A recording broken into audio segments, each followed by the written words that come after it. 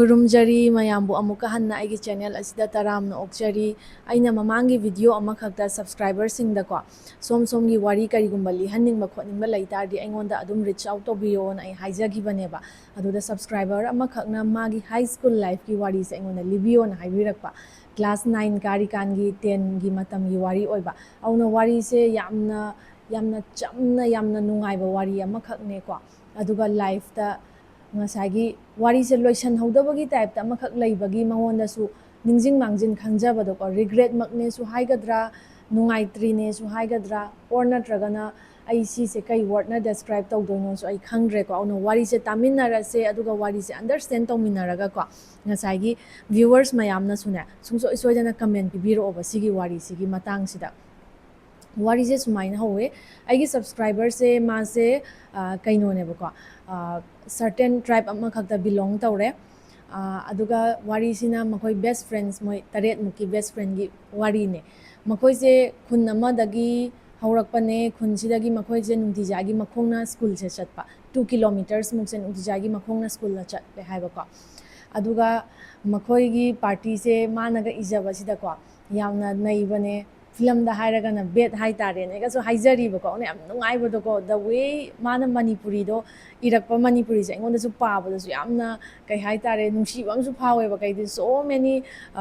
maron je khoi gi accent ka mokho gi accent ka di khara khenai da na ko aduga su yam sathina roi raga yam phajai ko wari se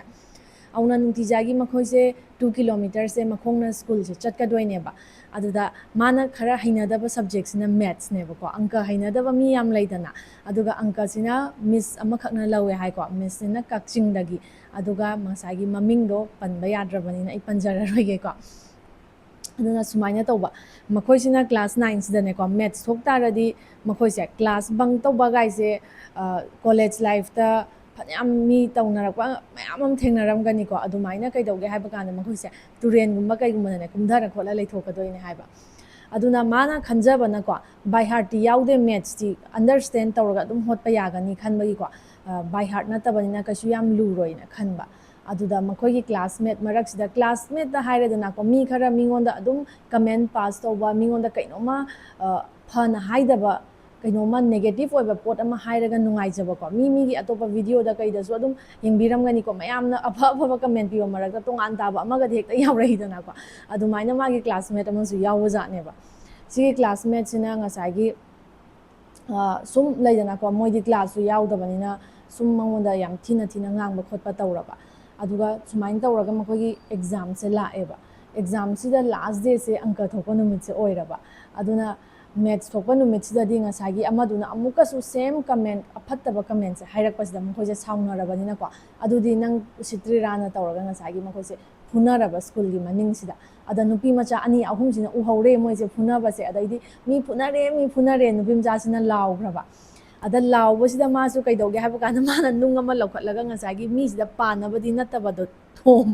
do neba ko aduga ngasagi oja kai laaga makhoje kausallaga kaigino khotlino hangnare adagi de makhogi maths ki miss tu change adai moina khatna bai reason je haiba kana maths ki miss tu noga adum adugi oire na hairaga oja dadi angang dadi ko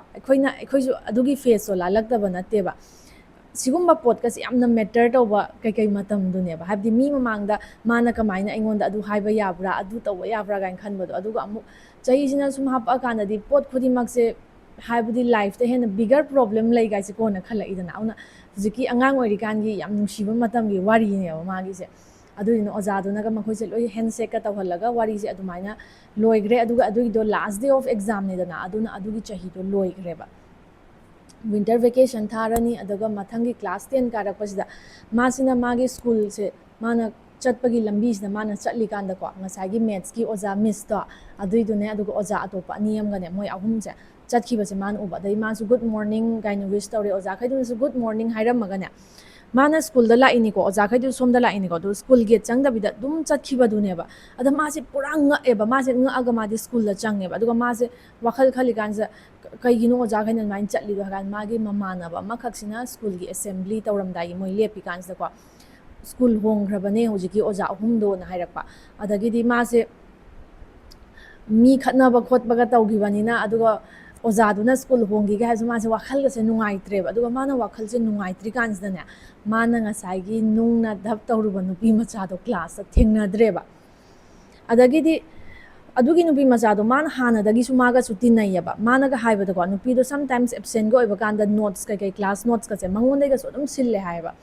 ꯑꯗꯨꯒ ꯉꯁꯥꯏꯒꯤ ꯅꯨꯄꯤꯗꯣ ꯑꯗꯨꯝ ꯑꯗꯨꯏ ꯆꯍꯤꯗꯨꯃꯅꯦ ꯁꯨꯡꯂꯥꯛ ꯂꯥꯛꯈꯤꯗ꯭ꯔꯦꯕ ꯑꯁꯤꯗ ꯃꯥꯁꯦ ꯋꯥꯈꯜꯁꯦ ꯈꯤꯇꯪ ꯅꯨꯡꯉꯥꯏꯖꯗ꯭ꯔꯦꯕꯀꯣ ꯍꯥꯏꯕꯗꯤ ꯀ꯭ꯂꯥꯁ 10ꯗꯕꯨ ꯁ꯭ꯀꯨल ꯍꯣꯡꯅꯕ꯭ꯔꯥꯅꯦ ꯑꯗꯒꯤꯗꯤ 9ꯒꯤ ꯂꯥꯁ ꯅꯨꯃꯤꯠꯁꯤꯗ ꯃꯤꯁꯨ ꯐꯨꯅꯔꯨꯔꯦ ꯅꯨꯡꯅꯁꯨ ꯊꯣꯝꯃꯨꯔꯦ ꯑꯗꯨꯏꯗꯨꯒ ꯉꯁꯥꯏꯒꯤ ꯑꯣꯖꯥꯈꯩꯗꯨꯁꯨ ꯁ꯭ꯀꯨꯜ ꯍꯣꯡꯈ꯭ꯔꯦ ꯑꯗꯨꯒ ꯍꯧꯖꯤꯛꯀꯤ ꯅꯨꯄꯤ ꯃꯆꯥꯗꯣ ꯑꯃꯨꯛ ꯍꯟꯅ ꯂꯥꯛꯈꯤꯗ꯭ꯔꯦꯕ ꯃꯥ ꯑꯃꯨꯛ ꯍꯟꯅꯁꯨ ꯊꯦꯡꯅꯈꯤꯗ꯭ꯔꯦꯕ ꯃꯥꯏ ꯂꯥꯏꯐꯇ ꯑꯗꯨꯒ ꯃꯥꯅ ꯁ꯭ꯀꯨꯜ ꯂꯥꯛꯄꯒꯤ ꯂꯝꯕꯤꯗ ꯑꯃꯨꯛ ꯊꯦꯡꯅꯩ ꯍꯥꯏꯀꯣ ꯑꯣꯖꯥ ꯑꯍꯨꯝꯗꯨꯗꯤ ꯑꯗꯨꯗꯁꯨ ꯃꯥ ꯑꯗꯨꯝ ꯋꯤꯁ ꯇꯧꯋꯦ ꯍꯥꯏꯌꯦꯕꯀꯣ ꯑꯣꯖꯥꯈꯩꯅꯁꯨ ꯑꯗꯨꯝ ꯍꯔꯥꯎ ꯍꯔꯥꯎ ꯋꯤꯁ ꯇꯧꯔꯝꯃꯦ ꯍꯥꯏꯕ ꯑꯗꯨꯗ ꯃꯥꯅ ꯑꯩꯒꯤ ꯆꯦꯅꯦꯜꯁꯤꯗ ꯃꯥꯅ ꯂꯤꯍꯟꯅꯤꯡꯉꯤꯕ ꯋꯥꯔꯤꯁꯦ ꯀꯔꯤꯅꯣ ꯍꯥꯏꯕ ꯃꯇꯝꯗꯀꯣ ꯀꯔꯤꯒꯨꯝꯕ ꯑꯣꯖꯥꯈꯩꯗꯨꯅ ꯁ꯭ꯀꯨꯜ ꯍꯣꯡꯈ꯭ꯔꯤꯕꯗꯣ ꯃꯥꯅ ꯈꯠꯅꯕꯗꯨꯅ ꯃꯔꯝ ꯑꯣꯏꯕ ꯑꯣꯏꯇꯥꯔꯗꯤ ꯃꯥ ꯇꯁꯦꯡꯅ ꯂꯥꯜꯂꯦꯁꯨ ꯍꯥꯏꯅꯤꯡꯉꯦ ꯍꯥꯏꯔꯤꯕ ꯑꯗꯨꯒ ꯏꯁꯨ ꯏꯀꯥꯏꯕ ꯑꯃ ꯏꯀꯥꯏ ꯅꯨꯡꯁꯤ ꯌꯥꯅꯕꯗꯨꯅꯦꯕꯀꯣ ꯃꯥꯅ ꯇꯧꯔꯤꯁꯦ ꯑꯗꯨꯒ ꯅꯨꯄꯤ ꯃꯆꯥꯗꯨꯅ ꯃꯥꯅ ꯅꯨꯡ ꯊꯣꯝꯃꯨꯕꯗꯒꯤ ꯍꯣꯡꯈ꯭ꯔꯤꯔꯥꯅ ꯃꯉꯣꯟꯗ ꯑꯗꯨꯝ ꯑꯗꯨꯏꯗꯨꯅ ꯁꯨꯝ ꯅꯨꯡꯉꯥꯏꯍꯟꯗꯕꯗꯣ ꯑꯗꯨꯒꯤꯗꯨꯅꯦꯕ ꯑꯗ ꯑꯩꯒꯤ ꯁꯕꯁꯀ꯭ꯔꯥꯏꯕꯔꯒꯤ ꯋꯥꯔꯤꯁꯦ ꯁꯤꯗ ꯑꯩꯅ ꯋꯥꯔꯤ ꯊꯥꯕꯤꯔꯛꯏꯕꯁꯤꯗ ꯑꯩꯅ ꯍꯥꯏꯖꯅꯤꯡꯕꯗꯤꯀꯣ ꯃꯦ ꯕꯤ ꯐꯦꯃꯤꯂꯤꯒꯤ ꯀꯟꯗꯤꯁꯟ ꯑꯃꯗꯒꯤ ꯁ꯭ꯀꯨꯜ ꯍꯣꯡꯈꯤꯕ ꯑꯣꯏꯔꯝꯕꯁꯨꯀꯣ ꯌꯥꯏꯀꯣ ꯌꯥꯝ ꯐꯅ ꯈꯟꯗꯣꯛꯀꯦ ꯍꯥꯏꯔꯒꯅ ꯃꯣꯏꯒꯤ ꯐꯦꯃꯤꯂꯤꯒꯤ ꯃꯌꯥꯝꯕꯅꯤ ꯈꯪꯗꯦ ꯀꯅꯥꯅꯣꯃ ꯏꯝꯐꯥꯜꯗ ꯊꯕꯛ ꯐꯪꯕꯗꯒꯤꯗꯤ ꯏꯝꯐꯥꯜꯗ ꯄꯨꯂꯞ ꯆꯠꯈꯤꯕꯒꯨꯝꯕ ꯑꯗꯨꯒꯨꯝꯕ ꯀꯩꯅꯣꯝ ꯑꯣꯏꯔꯝꯕꯁꯨ ꯌꯥꯏꯀꯣ ꯑꯩꯈꯣꯏꯅ ꯐꯅ ꯈꯟꯗꯣꯛꯀꯦꯁꯨ ꯑꯗꯨꯒ ꯑꯣꯖꯥꯅ ꯁ꯭ꯀꯨꯜ ꯍꯣꯡꯈꯤꯕꯗꯨꯗꯤ ꯉꯁꯥꯏꯒꯤ ꯋꯥꯔꯀꯤꯡ ꯑꯋꯔꯁꯇꯣ ꯈꯔ ꯍꯦꯟꯅ ꯅꯨꯡꯉꯥꯏꯕ ꯐꯪꯕ ꯑꯗꯩ ꯁꯨꯇꯤꯒꯁꯦ ꯃꯁꯤꯡ ꯈꯔ ꯍꯦꯟꯅ ꯌꯥꯝꯅ ꯄꯤꯕ ꯐꯪꯕ ꯁ꯭ꯀꯨꯜꯗ ꯑꯣꯔ ꯅꯠꯇ꯭ꯔꯒꯅ ꯁꯦꯂꯔꯤꯗ ꯈꯤꯇꯪ ꯍꯦꯟꯒꯠꯂꯛꯄꯒꯨꯝꯕ ꯀꯩꯅꯣꯝꯃ ꯂꯩꯔꯝꯕꯁꯨ ꯌꯥꯏꯀꯣ ꯑꯗꯨꯅ ꯃꯤ ꯈꯨꯗꯤꯡꯃꯛꯁꯦ ꯃꯈꯣꯏꯒꯤ ꯀꯟꯚꯤꯅꯤꯌꯦꯟꯁꯀꯤ ꯃꯇꯨꯡ ꯏꯟꯅ ꯑꯩꯈꯣꯏꯁꯦ ꯂꯣꯏ ꯂꯦꯡꯗꯕ ꯌꯥꯗꯦꯀꯣ ꯃꯐꯝ ꯑꯃꯗ ꯑꯗꯨꯝ ꯁ꯭ꯇꯛ ꯇꯧꯔꯒ ꯂꯩꯕꯗꯤ ꯌꯥꯕ ꯅꯠꯇꯦꯗꯅ ꯑꯦꯛꯁꯦꯞ ꯑꯩꯈꯣꯏꯒꯤ ꯌꯨꯝ ꯅꯠꯇꯅ ꯑꯗꯨꯅ ꯐꯅ ꯈꯟꯗꯣꯛꯀꯦ ꯍꯥꯏꯔꯁꯨ ꯁꯨꯃꯥꯏꯅ ꯑꯗꯨꯝ ꯈꯟꯗꯣꯛꯄ ꯌꯥꯏ ꯌꯥꯝꯗꯤ ꯆꯝꯕ ꯋꯥꯔꯤꯅꯦꯀꯣ ꯑꯗꯨ ꯑꯣꯏꯇꯥꯔꯁꯨ ꯌꯥꯝꯅ ꯏꯆꯝ ꯆꯝꯅ ꯌꯥꯝꯅ ꯅꯨꯡꯁꯤꯕꯗꯣꯀꯣ ꯔꯤꯂꯦꯁꯟ ꯃꯌꯥꯝꯗꯣ ꯃꯥꯅ ꯑꯣꯖꯥꯗꯣ ꯍꯧꯖꯤꯛ ꯐꯥꯎꯕ ꯃꯥꯅ ꯑꯣꯖꯥꯗꯨꯅ ꯁ꯭ꯀꯨಲ್ ꯍꯣꯡꯈꯤꯕꯗ ꯃꯥꯅ ꯍꯧꯖꯤꯛ ꯐꯥꯎ ꯑꯗꯨ ꯈꯜꯂꯒ ꯂꯩꯔꯤꯗꯨꯅꯗꯤ ꯃꯥꯅ ꯑꯣꯖꯥꯗꯣ ꯑꯗꯨꯛꯀꯤ ꯃꯇꯤꯛ ꯚꯦꯂ꯭ꯌꯨ ꯇꯧꯖꯈꯤꯕ ꯑꯣꯖꯥ ꯑꯣꯏꯕꯒꯤꯅꯦꯕ ꯑꯗꯨꯒ ꯃꯥꯅ ꯐ꯭ꯔꯦꯟꯁꯤꯞꯇꯨꯁꯨ ꯚꯦꯂ꯭ꯌꯨ ꯇꯧꯖꯈꯤꯕꯅꯤna ꯐ꯭ꯔꯦꯟꯗꯨꯅ ꯎꯗꯕ ꯃꯇꯝꯗ ꯃꯥꯁꯦ ꯅꯨꯡꯉꯥꯏꯖꯗ꯭ꯔꯤꯅꯦꯕ ꯑꯗꯨꯅꯦ ꯃꯌꯥꯝ ꯀꯩ ꯈꯟꯕꯤꯒꯦ ꯉꯁꯥꯏꯒꯤ ꯃꯥꯅ ꯅꯨꯡꯉꯥꯏꯇ꯭ꯔꯤꯁꯦ ꯃꯉꯣꯟꯗ ꯀꯩ ꯍꯥꯏꯔꯒ ꯑꯦꯟꯀꯔꯦꯖ ꯇꯧꯕꯤꯅꯤꯡꯉꯤ ꯁꯣꯝꯒꯤ ꯀꯃꯦꯟꯇꯣ ꯑꯗꯨꯝ ꯄꯤꯕꯤꯔꯝꯃꯣ ꯑꯗꯨꯒ ꯁꯥꯋꯥꯏ ꯃꯇꯥꯡ ꯑꯁꯤꯗ ꯑꯩ ꯋꯥꯔꯤꯁꯦ ꯂꯣꯏꯁꯤꯟꯖꯔꯒꯦ ꯃꯊꯪꯒꯤ ꯚꯤꯗꯤꯑꯣꯗ ꯑꯃꯨꯛ ꯑꯇꯣꯞꯄ ꯀꯟꯇꯦꯟꯠ ꯑꯃꯒ ꯂꯣꯏꯅꯅ ꯊꯦꯡꯅꯔꯁꯤ have a nice day take care and by